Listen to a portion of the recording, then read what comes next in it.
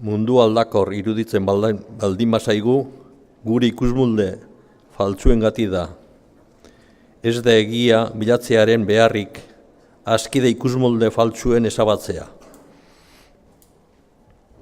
Noizean behin Paul Austerreren nobeletako pertsonaia sentitzen naiz.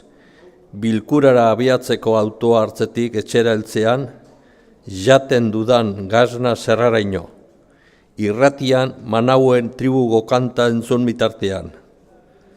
Zuhaitz enborretan behera, urak lehiatzen ikustea, beribil eroek kolpez edo, eo eta bidean ilotz luze dagoen azeri gaixoa, elge biluzietarik datozkidan ardi marraka, elkor bezain txukunak, belar lehor usain goiztiarrak, apiril astepenetan, hutsaren eta gauaren jabetasuna, naiz bukolikoak izan denak dira, elementu narratiboak.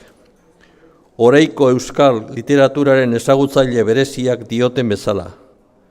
Bideko une horiek bizitzako momentu oso partikulartzat dauzkat oroaz. Ene gauak zuen egunak baino ederragoa dira. Oihukatzeko gogoa dut. Lanetik kanpoko bazter ekintzetara, denbora zabera galtzen dudala leporatzen didaten kolegei. Eta egia da, gaua dastatu gabe ezin nukeela iraun. Paul Austerreren pertsonaien antzera, ustea alakoxea dut behintzat.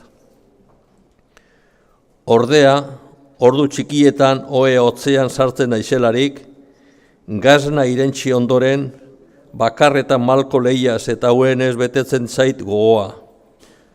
Potxotxa bat nahi nuke, pentsatzen hasten naiz eta loak hartzea zail bihurtzen zait. Orduan gazna martzilikatzearen eunetik eun, euskaldun moldatu ene izatiaz bilusten naiz, eta metropoli erraldoietako karrika egietako kabina telefonikoetan aterpetzen naiz, iluna jaisten den ber, euri zeharrak, kabinako birkak kolpatzen dituelarik.